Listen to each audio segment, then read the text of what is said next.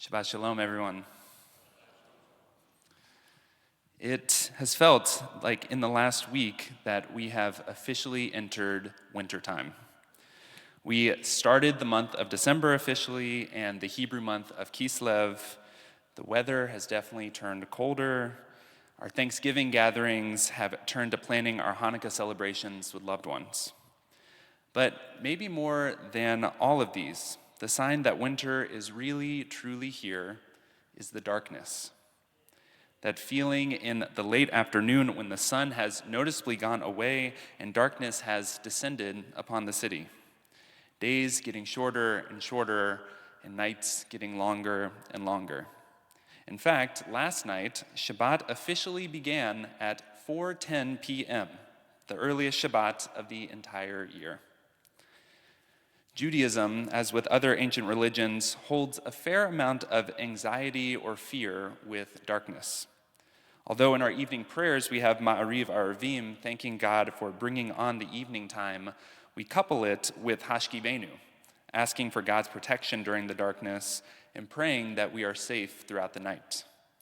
The ninth plague that God brings upon the Egyptians is the plague of intense, deep darkness. And then there is the Midrash about Adam experiencing the very first day and night of the world. When the original human Adam saw the day getting gradually shorter, he said, "Woe is me!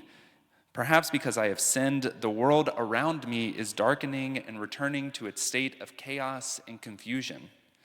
This then is the kind of death to which I have been sentenced from heaven." So he began observing an 8-day fast. But as he noticed the winter equinox and noted the day getting increasingly longer, he said, "This is the world's course." And he set forth to keep an 8-day festival. So scared was Adam about the shortening of the days, about the darkness coming down upon him, that he thought that he did something wrong, something terrible to upset God. He's so upset, according to the Midrash, that he creates the idea of an 8-day festival as the world gets dark around him. Perhaps an 8-day festival filled with kindling of light, maybe latkes. From these prayers and texts, we see that the uncertainty, the unknowingness of darkness is present throughout our tradition. In the modern day, too, we have our challenges with darkness. For some, it is seasonal affective disorder, a form of depression linked to the shorter days and less light that come with the winter time. For others, more darkness makes it more difficult to drive or feel safe navigating parts of the city.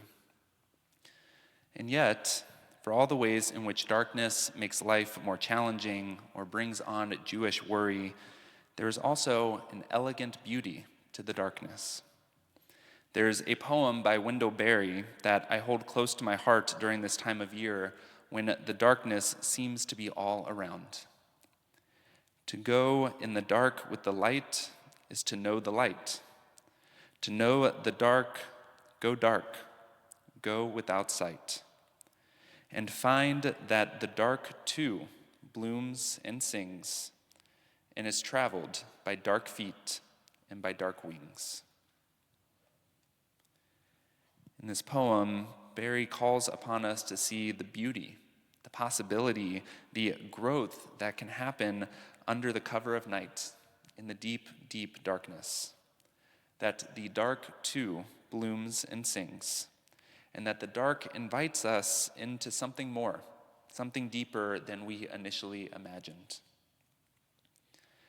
Our ancestor Jacob felt a similar invitation to engage in the darkness. As we read in our Torah this week, Jacob left Beersheba to make his way to Haran, escaping the murderous intentions of his brother Esau, who sought to kill Jacob for stealing their father's blessing. On this journey we read, "Vayifga b'makom vayelech sham, kiva hashemesh." And Jacob came upon a certain place and stopped there for the night, for the sun had set. With darkness descending upon him, Jacob didn't scurry to the next town or panic at the scary unknowingness of the dark. He took one of the stones, put his head down, went to sleep, and in the dark, dark night, Jacob dreamed.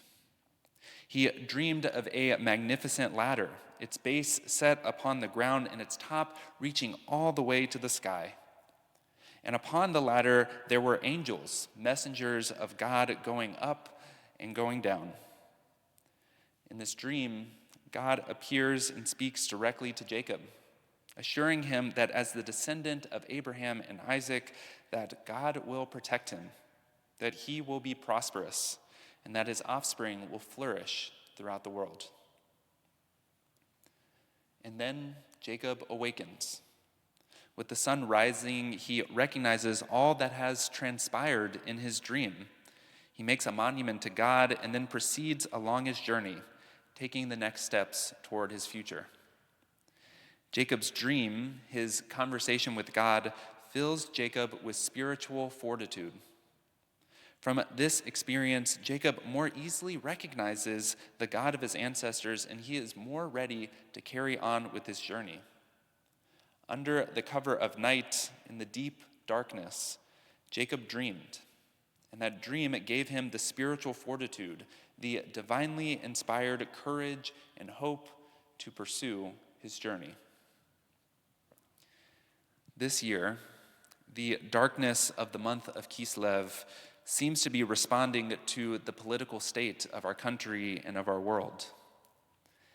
And like Jacob between Beersheba and Haran, we find ourselves in this moment also in between realities and in need of our own spiritual fortitude, our own sense of divinely inspired courage and hope. It has been more than a month since the election, and we have a little more than a month until the Trump administration takes office.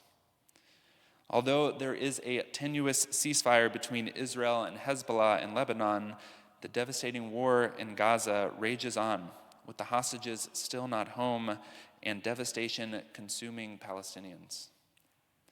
And we find ourselves in the dark because of the uncertainty, the unknowingness that accompanies this moment.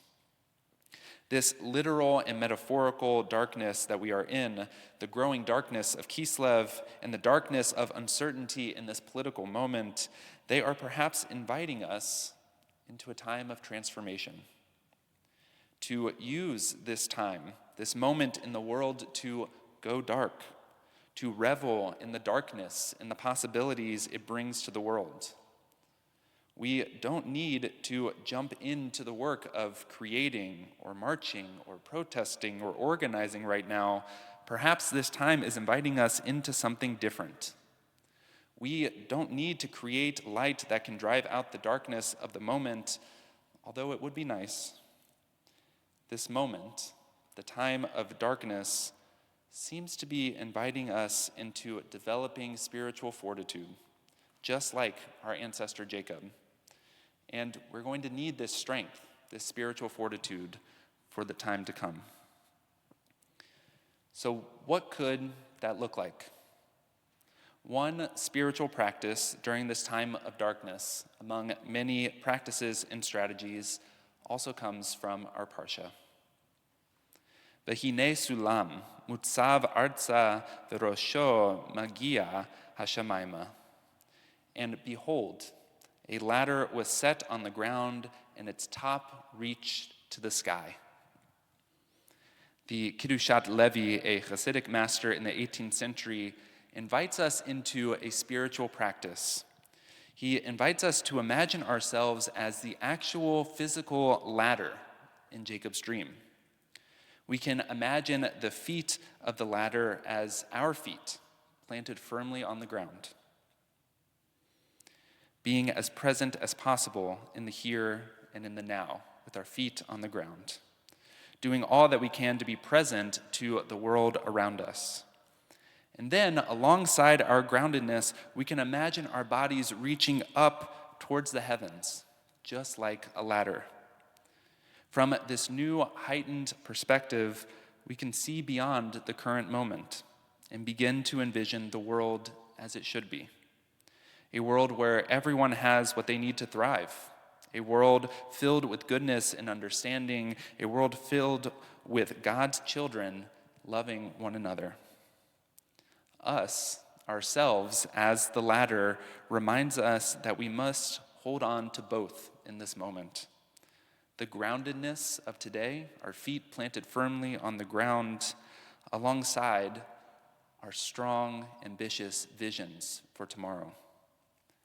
This practice can help us strengthen the spiritual fortitude we most certainly will need in the days, weeks, months, and years to come. Just like our ancestor Jacob, the darkness increasing around us is an invitation into something different, a transformation, an orientation towards spiritual fortitude. But to take advantage of that darkness, to know the dark, as Wendell Berry puts it, we must go dark. We must revel in our time of possibility, of opportunity, and of hope. In December 2016, just weeks before the inauguration, the Sikh activist Valerie Kaur spoke to an interfaith gathering in Washington, D.C. And she articulated a different way of experiencing the dark that consumed that moment, maybe a darkness similar to this moment. She asked the crowd gathered there, what if this moment isn't the darkness of the tomb, but the darkness of the womb? What if it is not a time of despair, but a time of opportunity, of possibility, of something new being born? I pray that this darkness around us right now is a similar darkness of the womb, a darkness of something new that is going to be born, a darkness that invites us into spiritual practice and spiritual fortitude, a darkness filled with possibility and with hope. Shabbat Shalom.